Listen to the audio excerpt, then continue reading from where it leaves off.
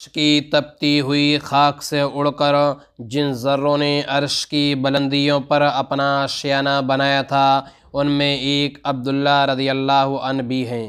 ग़ुलामी की ज़िंदगी ने उनके दिल की खाकस्तर को इस तरह रौंद डाला था कि एक बुझे हुए चिराग की तरह उनकी ज़िंदगी की सारी उमंगों ने दम तोड़ दिया था। कहते हैं कि ज़ुल्फ़े जाना की जो खुशबू मदीने से उड़कर ख़ित्ते ज़मीन में दूर दूर तक फैल गई थी, एक दिन उन्हें भी महसूस हुई। किसी राहगीर ने उनसे कहा था, तुमने कुछ सुना है? दुनिया के ठुकराए हुए लोगों के लिए मदीने में एक नई पनाहगाह खुली है। रहमतों के पैकर में आसमान से कोई अजीब व गरीब इंसान उतरा है। दिलों के कितने ही वीराने उसके कदम की आहट से आबाद हो गए हैं। मज़लूमों, ज़ेर दस्तों और मिस्कीनों के लिए उसकी शफ़क़तों की गोद में हमेशा खुली रहती है। उसकी पलकों के साए में हर वक्त करम का दरिया लहराता है। उसकी शादाब निगाहें जलते हुए ज़ख्मों के लिए तस्कीन का मरहम है। उसके होंठों का तबस्सुम भी बुझी हुई खाकस्तर के लिए ज़िंदगी की बशारत है। जल्दी करो, उम्मीदों के काफ़िले ज़मीन के किनारों से सिमटे हुए आ रहे हैं। तुम भी उनकी उड़ाई हुई गिरद में शामिल हो जाओ। अगर खूबी किस्मत से तुम मदीने के नखलिस्तान में पहुँच गई तो तुम्हारी पामाल ज़िंदगी जगमगा उठेगी। खैर, ये ख़बर सुनकर हज़रत अब्दुल्ला अस्वद की आंखें फ़रते मसर्रत से चमक उठीं। उन्होंने आलमी तहैयर में दरियाफ़्त किया, क्या तुम सच कह रहे हो? अपनी सरश्त का कोई नया इंसान हो तो अलबत्ता ऐसा हो सकता है, वरना आज की भरी दुनिया में मज़लूमों और ज़ेर दस्तों का कौन हामी है? रोए ज़मीन के जो गम नसीब मीठे बोल के लिए तरस गए हैं, भला उन्हें शफ़क़तों की गोद में इसर आ सकती है? अगर कोई ऐसा वाक़या रूनुमा हुआ है तो बहुत अचंभे की बात है। राहगीर ने पुरजोश लहजे में जवाब दिया, अगर तुम्हें यकीन नहीं आता तो मदीना इसी खित्ते ज़मीन पर वाक़े है, तुम वहाँ जाकर तजुर्बा कर लो। मैं कह रहा हूँ वो इंसानी पैकर में तो ज़रूर है, लेकिन वो इस दुनिया का इंसान नहीं मालूम होता। उसके वजूद का सर रिश्ता किसी और आलम से मिलता है। उस गुफ्तगू के बाद हज़रत अब्दुल्ला अस्वद के सीने में एक ऐसी आतिश शौक़ भड़क उठी जिसने उनकी हस्ती का सब्र व करार छीन लिया। आँखों की नींद उड़ गई। बेताब आरज़ुओं की रातें क़यामत की तरह दराज हो गईं। वीरानों से उन्स बढ़ गया, आबादियों से वहशत होने लगी। यकायक एक दिन उन्हें पता चला कि मुल्क शाम के कोई तिजारती काफ़िला मदीने के नखलिस्तान से होता हुआ मक्का जा रहा है। ये ख़बर मालूम करके खुशी से उनका चेहरा खिल गया। उनकी पेशानी से बशासत का नूर टपकने लगा। वो इस तरह बेशौक़ की बेखुदी में उठे और काफ़िले की गुज़रगाह पर खड़े हो गए। कई दिन के इंतज़ार के बाद एक दिन दूर से उन्हें उड़ते हुए ग़ुबार का तूफ़ान नज़र आया। काफ़िले की अलामत देखकर उनकी रूह पर खुशी के बादल छा गए। थोड़ी देर के बाद काफ़िले में शामिल होते ही उनके दिल की दुनिया बदल गई। गम का सारा बोझ उतर गया। शब और रोज़ चलते चलते बिल आखिर एक दिन वो हिजाज़ की सरहद में दाखिल हो गए। कुछ और फासला तय करने के बाद एक मंजिल पर काफ़िला के लोगों ने मदीने के रास्ते की निशानदही करके उन्हें रुखसत कर दिया। अब वो अकेले ही मदीने की तरफ चल रहे थे। अल्लाहु अकबर। जज्बे शौक़ के अलावा अब कोई उनका शरीक सफ़र नहीं था। मुतवातिर कई दिन की मसाफ़त तय करने के बाद उन्हें खजूरों के झुंड नज़र आए। उनके दिन ने बेसाख्ता आवाज़ दी, शायद यही मदीने का वो नखलिस्तान है जिसकी गोद में मज़लूमों की पनाहगाह है। और कुछ फासला तय किया तो मदीने की पहाड़ियाँ चमकने लगी। चंद कदम चलकर अब मदीने की वो आबादी नज़र के सामने थी जहां पहुंचने के लिए दिल में जज्बे शौक़ का तलातम बरपा था। एक वारिफ्ता हाल दीवाने की तरह जैसे ही वो मदीने में दाखिल हुए, गली कूचों में लोगों से अपनी मंजिल मकसूद का पता पूछना शुरू किया। उनकी बेकरारी देखकर एक साहिब उन्हें मस्जिद नबवी शरीफ के दरवाजे तक पहुंचाकर वापस हो गए। मस्जिद के फर्श पर कौनैन के शहंशाह मदीने के मिस्कीनों को अपनी आगोश रहमत में लिए लिए बैठे थे। हज़रत अब्दुल्ला को किसी से पूछने की ज़रूरत नहीं पेश आई। जमालो नूर की ज़ैबाए खुद आवाज़ दे रही थी कि आओ काबे मकसूद यहाँ है। जैसे ही चेहरे अनबर पर नज़र पड़ी, दिल का आलम ज़ेरो ज़बर हो गया। जज्बे शौक़ की बेखुदी में आगे बढ़े और कदमों पर सर रख दिया।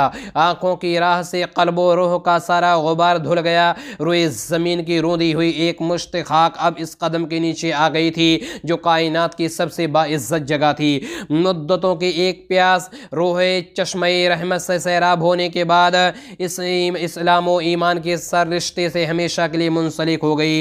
इकराम व आशाइश के बागे फिरदौस में पहुँचकर बिल्कुल पहली मरतबा वो रूहानी मसरतों की एक नई जिंदगी से रोशनाश हुई। अब अब्दुल्ला असवद किसी रह गुजर का संगरेज़ा नहीं थे, सफीने सद में प्रवेश पाने वाले गौहर की तरह महफूज थे। जिधर निकल जाते ऐसा लगता कि शफ़क़त व एजाज़ की हर आगोश उन्हीं के लिए खुली हुई है। कभी जिसका चौकट पर खड़ा रहना बाइस आर था, आज उसे पलकों पर जगह मिल गई थी। आसमान से उतरने वाले उस नए इंसान की आवाज़ में कितना हैरत अंगेज एजाज था जिसने पलक झपकते हज़ारों बरस का मिजाज बदल दिया था। मदीने में इंसानी ज़िंदगी का जो नया पैमाना राज था, उसे देखकर हज़रत अब्दुल्ला हैरान रहा करते थे। बारगाहे रिसालत की शफ़क़तों ने उन्हें इस तरह सीने से लगा लिया कि अपनी पामाल ज़िंदगी का सारा गम भूल गए। मस्जिद नबवी का सहन उनकी सारी उम्मीदों का आशियाना बन गया था। कौनैन की नेमतों के मरकज़ में उनके लिए किसी बात की कमी थी। हर वक्त इश्क़ व इरफान की सरमस्ती वो नहालो मसरूर रहा करते थे। एक दिन शाम का खुशगवार मौसम था। जुल्फ़े मुअम्बर की खुशबू से सारा मदीना महक उठा था। जलवों की बिखरी हुई चांदनी में दरो दीवार चमक रहे थे।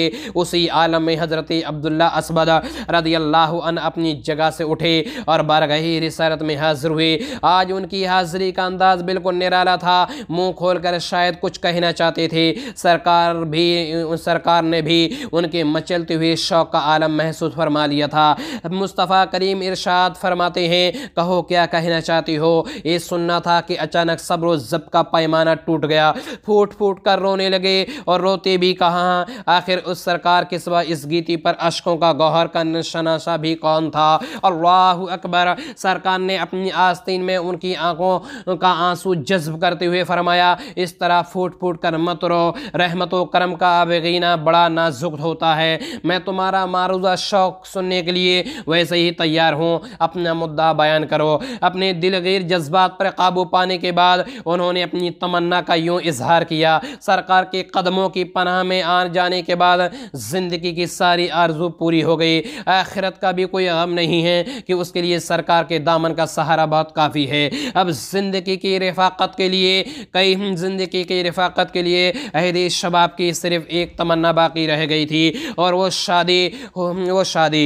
हुजूर कई जगह निकाह का पैगाम भेजा लेकिन कहीं भी कबूल नहीं किया गया। लोग कहते हैं एक सिया फाम हबशी जिसका ना कोई घर है, न दर है, न कोई कमाई है, न धमाई है, ऐसे खाना बदोश शख्स को कौन अपनी लड़की देगा। हुजूर की चौकट से लगे रहने के अलावा मेरे पास हुनर ही क्या है कि मैं ज़िंदगी के असबाब फराहम करूँ। सारे कौनीन तो इसी संगे दर पर सिमट आई है। अब मैं उसे छोड़कर कहाँ जाऊँ। सरकार के दस्ते करम में क्या नहीं है। किस्मत की ये पेच भी खुल जाएगी, बस एक निगाहे करम की देर है। अल्लाहु अकबर।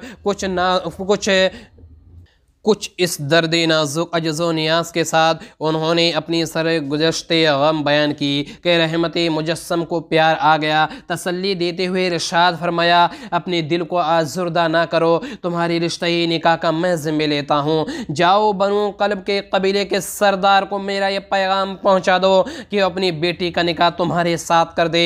ये हुक्म सुनते ही हज़रत अब्दुल्ला का चेहरा फ़र्ते मसरत से फूल की तरह खिल गया। वो जानते थे कि जो लोग हुजूर के हुक्म पर अपनी जान दे रहे हैं वो अपनी लड़की देने से क्यों कर इनकार कर सकेंगे।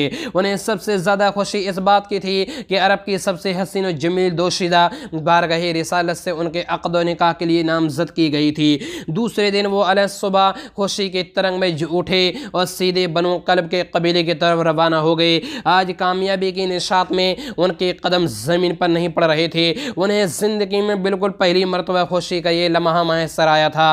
कबीले के सरदार के दरवाजे पर पहुंचकर उन्होंने दस्तक दी। अंदर से आवाज़ आई, कौन दरवाजे पर दस्तक दे रहा है?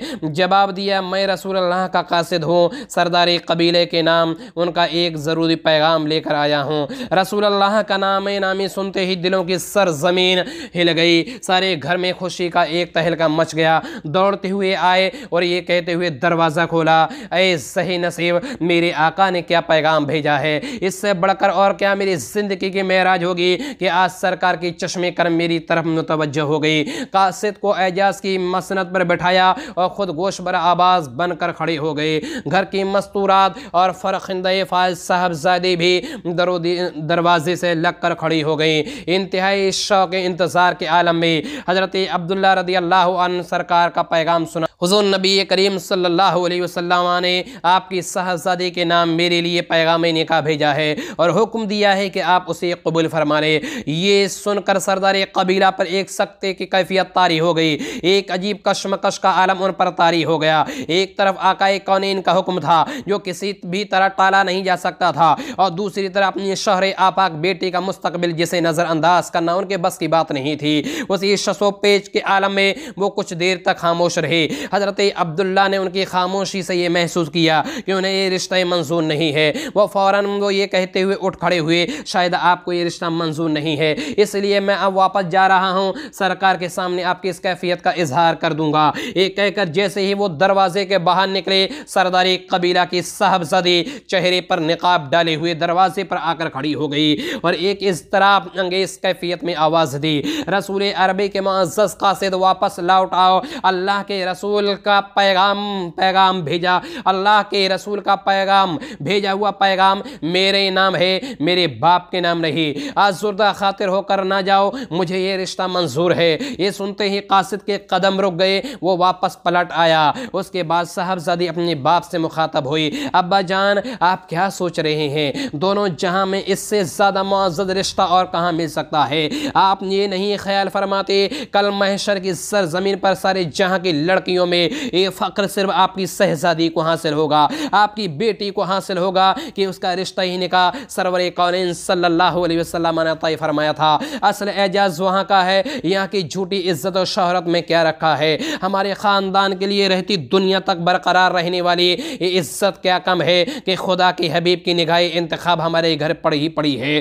गुलामों की भरी आबादी में लड़कियों की क्या कमी थी, लेकिन ये तो हमारी ही किस्मत है कि सरकार की नवाजिश बेपाया हम मुस्तहिक हुए। अल्लाहु अकबर। बेटी की ये गुफ्तगू सुनकर बाप के सोचने का अंदाज इस तरह बदल गया जैसे कोई चौंक कर किसी पुरपेज रास्ते से वापस पलट आए। फौरन ही अपने आप को संभालते हुए कासिद से मुतवज्जे हुए, सरकार से कह देना कि फरमाने आली मेरे सर आंखों पर है, वो जब चाहे मैं अक़्दे निकाह की मुहिम सर अंजाम देने के लिए हाजिर हूँ। ये जवाब सुनकर हज़रत अब्दुल्ला असवद की खुशी की कोई इंतहा न रही थी। मसरतों के खुमार में झूमते हुए बारगाह रिसाले की तरफ वापस लौटे। खिदमत अक़दस में हाजिर होते ये बशारा सुनाई, हुज़ूर कबीले के सरदार ने रिश्ता ही निकाह मंजूर कर लिया है, उसकी बेटी भी सरकार के हुक्म की तामील में राजी है। ये सुनकर हुज़ूर ने इरशाद फरमाया, तो फिर अब देर क्या है, जाओ निकाह का इंतज़ाम करो, बाजार से ज़रूरी सामान खरीद लाओ। सामान खरीदारी के लिए सरकारी रिसालत ने उन्हें चंद दिरहम इनायत फरमाए और वह बाजार की तरह रवाना हो गए। अल्लाहु अकबर। रास्ते में जिससे भी मुलाकात होती उसे खुशी की तरंग में ये खबर सुनाते हुए कहा सरकार ने फलां सरदार की बेटी से मेरे रिश्ता ही निकाह तय फरमा दिया है, निकाह की मजलिस में आप ज़रूर तशरीफ़ लाइएगा। बाजार में जैसे ही उन्होंने कदम रखा, एक मुनादी की आवाज़ कान में गूंजी, मैदान जंग से इस्लाम ने अपने जान निसारों को आवाज़ दी है, सरफरोश मुजाहिदीन का लश्कर तैयार खड़ा है। कौसर की शराब के मतवालों चलो, खून से भीगी हुई सरजमीन पर जन्नत के उतरने के दिन आ गए। खुशबख्तियों के मैदान में जो भी सबकत ले जाना चाहता है आगे बढ़े और बेनिकाब जलवों का तमाशा देखे। ये सुनकर हज़रत अब्दुल्ला चौंक गए। फैसला करने में एक लम्हा से ज़्यादा की ताख़ीर नहीं हुई। उन्होंने सोचा मोमिन की सारी खुशी तो इस्लाम ही के दामन से वाबस्ता है। दीन की इज्जत का परचम सलामत रहा तो ज़िंदगी में मसरत और नशात की सैकड़ों शामें आ सकती हैं, और खुदा ना खास्ता इस्लाम का सूरज ही कहन में आ गया तो शादी के लम्हात को खून आलूद होने से कौन बचा सकता है। ये सोचकर फ़ौरन उन्होंने अपना इरादा तब्दील कर दिया और जो पैसे वो शादी का सामान ख़रीदने के लिए लाए थे उनसे सामान जंग खरीद लिया और चुपके से लश्कर के साथ हो गए। इस अंदेशे से कहीं सरकार हमें वापस ना कर दे, उन्होंने अपना सारा जिस्म काले कंबल में ढांप लिया था ताकि कोई पहचान ना सके। उसी डर से जब तक वो मैदान जंग तक नहीं पहुँच गए, लश्कर के बीच में नहीं आए, किनारे किनारे चलते रहे। इस्लाम की ज़िंदगी के लिए ज़रा सरफरोशी का ये इश्तियाक तो मुलाहिज़ा फरमाइए, वो इसलिए छुप रहे थे कि कोई उन्हें मैदान जंग की तरफ जाने से ना रोक सके। और आज का नौजवान इसलिए सर छुपाने की जगह तलाश करता है कि कोई उसे मैदान जंग की तरफ ना खींच कर ले जाए। मैदान जंग में पहुंचकर दोनों तरफ की फौजें सफ आरा हो गईं। जब घुमसान का रन छड़ गया तो नबी करीम ने दूर से देखा कि काले कंबल में लिपटा हुआ कोई शख्स बिजली की तरह तलवार चला रहा है। सिर्फ उसका हाथ नजर आ रहा था, बाकी सारा बदन छुपा हुआ था। हुजूर ने इरशाद फरमाया, हाथ की गर्दिश का अंदाजा बता रहा है कि अब्दुल्ला असबद है, लेकिन वो यहाँ कैसे? वो तो मदीने में निकाह की तैयारी कर रहे थे। चंद सहाबा ने उसकी तस्दीक की कि अब्दुल्ला असबद ही मालूम होते हैं। मुसलमानों के फतेह मुबीन पर जब जंग खत्म हुई तो सरकार ने हुक्म दिया कि शहीदों और जख्मियों की लाशें अलग अलग की जाएं। चंद शहदाए कराम की लाशें इकट्ठी की गई तो देखा गया कि अब्दुल्ला असबद की गर्दन पर खून की एक सुर्ख लकीर फैली हुई थी। आंखें बंद थी और फूल की तरह चेहरा खिला हुआ था। उनकी नाश जैसे ही नज़र के सामने आई, सरकार मदीना आप दीदा हो गए। इरशाद फरमाया, मैं देख रहा हूँ कि अब्दुल्ला असबद के लिए जन्नत को दुल्हन की तरह संवारा गया है। हूरा ने जन्नत अपने झुरमट में लिए हुए आलम जावेद का दूल्हा बना रही है। अल्लाहु अकबर कबीरा। ये थी हज़रत अब्दुल्ला असबद जो रसूलुल्लाह सल्लल्लाहु अलैहि वसल्लम के ऊपर कुर्बान हो गए, मुस्तफ़ा करीम के कदमों पर निसार हो गए, मजहब इस्लाम के लिए फ़िदा हो गए। अल्लाह की बारगाह में दुआ है कि हज़रत अब्दुल्ला की तरह हमें भी रसूल पाक से मोहब्बत करने की तौफीक अता फरमा।